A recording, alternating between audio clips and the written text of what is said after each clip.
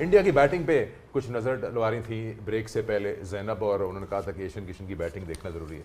नहीं, मज़ा आया हफीज़ उनकी आज बैटिंग देख के। As a player of course you got to admire someone जो कि इस कैलिबर पे बहुत ज़्यादा फोकस दिया जा रहा था अभिषेक शर्मा पे, तिलक वर्मा पे, हार्दिक पांड्या पे, but he was the one जिन्होंने शुरू में आते साथ उन्होंने डोमिनेट किया है पाकिस्तान की बॉलिंग अटैक को। उन्होंने उनको सांस नहीं लेने दिया, the way they were going after the bowler. So what do you think about his batting, how do you rate him as a batsman, जिस तरह आपने आज देखा जितना? देखिए, सबसे पहले तो ब्रिलियंट टू वॉच था, जो उनकी शॉट रेंज थी कोई स्लॉग नहीं था, it was a pure technique behind playing his shots. पहला बॉल जो पिकअप शॉट उन्होंने खेला शाहीन को, वहीं पे उसने बता दिया कि मैं स्लॉगर नहीं हूँ, मैं प्रॉपर बैट्समैन हूँ। और remember he was not in the squad earlier, Rishabh Pant के बाहर होने के बाद इनको लाया गया। इनकी जो बैटिंग है वो हमेशा से शानदार थी, लेकिन आप डेवलपमेंट की काम देखें कि इनके कितने प्लेयर्स जाते हैं। अभी संजू सैमसन बाहर है, ऋषभ पंत की जगह पे ये as a wicket keeper batsman आते हैं और आके अपना स्टैंप करते हैं परफॉर्मेंसेज को। रिमेंबर पिछले साल 1.5 साल से ही वॉज नॉट बीन सिलेक्टेड क्योंकि इनकी टीम में जगह नहीं बन रही थी। शुभमन गिल खेल रहे थे, अभी बाहर कौन है? शुभमन गिल। तो स्टैंडर्ड सेट हैं और आज की जो इनिंग्स है, इतनी खूबसूरत इनिंग्स, इतनी शानदार इनिंग्स, शायद इस तरह की पिच के ऊपर मैंने इस तरह की इनिंग्सें बहुत कम देखी हैं जिसमें कोई एक प्लेयर आए और वो आपको प्योर ब्रिलियंस के साथ आपको बिल्कुल नल कर दे और आपके अपने 8 ओवर की इनिंग्स के इम्पैक्ट के ऊपर मैच ख़त्म कर दे। मैच यहीं पे ख़त्म हो चुका था, उसने अपने 80 रन में 71 रन उसके थे। Tilak Varma was just there just to help him out, he was tapping the ball and getting his singles, और ये बंदा पहले 80 रन में 71 रन करके मैच को खुदा लाइन लगा चुका था। तो उसके बाद तो हमने सिर्फ एक मैच, एक रस्मी कार्रवाई हमारी पूरी हुई है। मुझे बहुत मज़ा आया इनकी इनिंग्स देख के, और इसीलिए कहा जाता है कि जो आपके जो इंडिया की बात जब भी कोई दुनिया के पंडित करते हैं तो वो किसी एक प्लेयर पे बात नहीं करते, वो ओवरऑल स्ट्रक्चर की बात करते हैं कि ओवरऑल इनके पास इतने लाइक टू लाइक रिप्लेसमेंट्स हैं कि किसी एक के जाने से इनको कोई फ़र्क नहीं पड़ता। हमारे यहाँ पे ये मसाइल इसलिए आते हैं कि हमारे यहाँ पे जो एक बंदा खेल रहा है हम उसी के इर्द गिर्द रहते हैं और उसकी रिप्लेसमेंट्स रेडी नहीं करते। तो मुझे लगता है कि इंडिया हकीकतन इस वक्त एक मोस्ट डेवलप्ड कंट्री है और शायद वो ऑस्ट्रेलिया को भी पीछे छोड़ गई। It's like a factory of batters. अगर इंडिया को जिस तरह एक ज़माने में कहा जाता था सना कि factory of bowlers Pakistan produce करता है, तो उनकी वही वाली बात आ जाती है कि बहुत से भी प्लेयर्स हैं जो बाहर बैठे हुए हैं, हुआ if not more equally talented. और खाली अब बैटर्स ही नहीं, ज़ैनब बॉलर्स भी। आज बुमराह ने जो यॉर्कर कराया है, आप वो सिर्फ स्किल उनकी देखें कि नए बॉल से हमारे कितने बॉलर्स ने इस तरह से आउट किया। सो दोनों तरफ वो अपना काम कर रहे हैं, स्पिनर्स भी आ रहे हैं। लेकिन ईशान किशन का मैंने एक आध दिन पहले भी जिक्र किया था कि जितने भी यंगस्टर्स इनके आए हैं ना, शुभमन की भी बहुत हाइप है ऑब्वियसली, अभिषेक की भी बहुत हाइप है, ये कहीं ओवरशैडो हो जाते हैं। पर पर्सनली मुझे सबसे ज़्यादा ये पसंद है बिकॉज इनकी जिस तरह की एटीट्यूड है, फाइटिंग स्पिरिट है, और आज जिस तरह गेम अवेयरनेस इन्होंने दिखाई।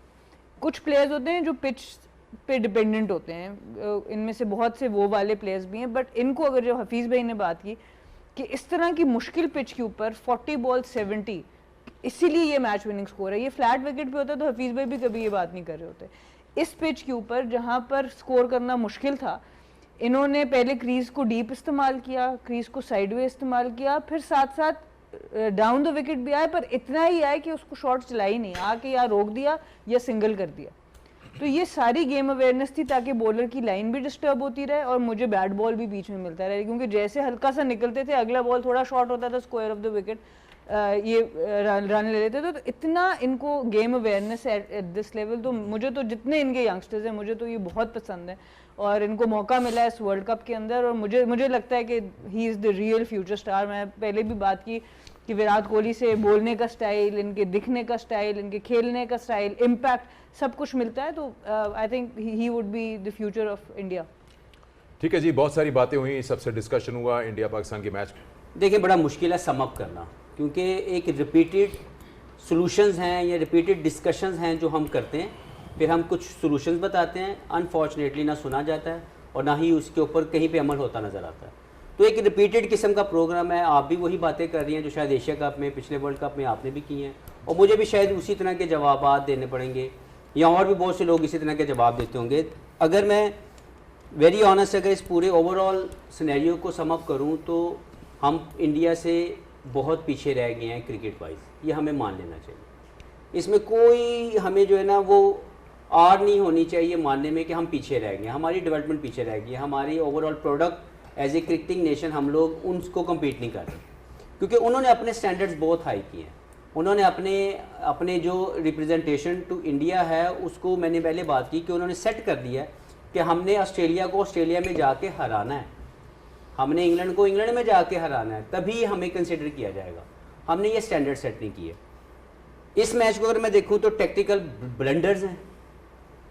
कोई एक चीज़ अगर मैं मेंशन करूं तो बड़ा मुश्किल है, मुझे 50 चीज़ें मेंशन करनी पड़ेंगी, लेकिन टेक्टिकली ब्लंडर्स लगे। जो पुअर रिसोर्स, जो आपके रिसोर्सेज थे उसकी पुअर यूजेज थी, किसी जगह पे उसकी राइट टैक्टिक्स के थ्रू उसको इस्तेमाल नहीं किया गया। जब टैकी पिच होता और वहाँ पे फिंगर स्पिन के रिप्स की वजह से बॉल का ग्रिप मिल रहा है, तो आपने खुद 2 ओवर किए, उन 2 ओवर में आपने अभिषेक आउट कर दिया। You have watched it is getting a little bit extra turn, there is something in for the finger spinner. आपने 2 ओवर में 10 स्कोर दिए और आपकी दूसरे ओवर की आखिरी गेंद के ऊपर टॉप एज लगता है ईशान किशन का। अनफॉर्चुनेटली वो ऐसी जगह पे गिरता है कि वहाँ पे कोई फील्डर नहीं है। बट यू शुड अंडरस्टूड कि अगर मेरे 2 ओवर में मुझे 10 स्कोर हुआ है और मैं बेहतर बॉलिंग कर रहा हूँ, 2 लेफ्ट हैंडेड बैट्समैन खेल रहे हैं, why am not bowling the third over, why am bringing a mystery spinner who's not getting anything from that pitch। तो जब मेरा अच्छा चीज चल रही है, मैं तीसरा ओवर कर दूं, मैं चौथा कर दूं, फिर छठा ओवर आप साइम अयूब से करवा रहे हैं, are not understandable to me. आप अपने सबसे मेन बॉलर को लेके आएंगे या आप ऐसे बॉलर को लेके आएंगे जिससे बॉल सही तरह नहीं गिरता, he is okay but he is not a main bowler. फिर मुझे इससे ज्यादा तकलीफ हुई कि छठे ओवर में मैंने देखा माइक हेसन ग्राउंड के अंदर आए। I thought may be technically कुछ ऐसी बातें होती हैं जो आप आके बताते हैं और उसमें कोई अमल दरामद या प्लान चेंज किया जाता है। मुझे लगा कि यार मैं और गुल इकट्ठे मैच देख रहे थे, मुझे लगा कि शायद इस वक्त चले अगर छठे ओवर में नहीं लेके आए तो स्ट्रेट अवे, क्योंकि उनके 6 ओवर में 47 रन थे और मैच हमसे दूर होता जा रहा था क्योंकि ईशान किशन बहुत अच्छा खेल रहे थे। मुझे लगा कि यार यहाँ पे उस्मान को लेके आएंगे क्योंकि समहाउ दिमाग में तो उनके मौजूद है ना, ही बोल्ड फैंटास्टिकली वेल। उस्मान ने बहुत शानदार बॉलिंग की है, उसने अपना हक अदा किया, जो उसके मुतालिक खाइब बनी हुई थी उसके मुताबिक ही बॉलिंग की, लेकिन उसकी यूजेज गंदी थी, उसकी यूज करने के लिए अटैकिंग माइंडसेट नहीं था। वो 10 ओवर के बाद आया, 9 ओवर में मैच खत्म हो चुका था। ईशान किशन ने 8.4 या 5 ओवर में जब वो आउट हुए उससे पहले मैच खत्म कर दिया हुआ था। तो हमें ये टेक्निकली क्यों नहीं समझ आ रही थी कि match is going away from us, why we are saving someone जो हमारे लिए एक आपके मुताबिक ट्रम्प कार्ड और मेरी समझ में सबसे बेहतरीन इस मैच का बॉलर था, हमने उसको क्यों नहीं दिया ओवर, हम क्यों इंतज़ार करते हैं। तो मुझे लगता है कि ये वो गलतियां हैं जो कप्तानी के ज़ुमरे में आती हैं, जिसका जिम्मेदारी आगा को लेनी पड़ेगी। और जो पीछे बैठी मैनेजमेंट, जैसे सकलैन भाई ने कहा कि उन्होंने अगर फीड नहीं किया तो ये भी बहुत बड़ी गलती है। उसके बाद जब बैटिंग में आप जाते हैं तो बैटिंग में आपके अनडेवलप्ड स्किल्स हैं जो आज फिर नज़र आ रहे हैं कि आपके स्किल्स अभी उस लेवल के नहीं है जिसमें आप जो कह रहे हैं कि हमने अटैकिंग जोन में क्रिकेट खेलनी है, आप उसके मुताबिक इक्विप्ड नहीं है, आपने अपने शॉर्ट रेंज रेडी नहीं किए हुए। और जैसे ही आप उसको करने की कोशिश करते हैं आप दूसरी टीम के टैक्टिक्स को नहीं मैनेज कर पाते। तो मेरे नज़दीक ये वो चीज़ें जो गलती हैं, लेकिन सोल्यूशन सिर्फ एक है, set your standards to beat Australia in Australia. जब तक आप ये नहीं करेंगे, ये आप कंसीडर ना करें कि पाकिस्तान इंडिया के जो भी हम आईसीसी में मैच खेलते हैं उसमें हरा सकेगा। अगर हमने इंडिया को आईसीसी इवेंट में हराना है, हमें ऑस्ट्रेलिया को ऑस्ट्रेलिया में जाके हराना पड़ेगा। ठीक है। ओवरऑल जो बात अभी तक चल रही है और जिस तरह से मैच देखा, थोड़ी देर के लिए इंडिविजुअल्स को छोड़ देते हैं टीम में और जो कप्तान काफ़ी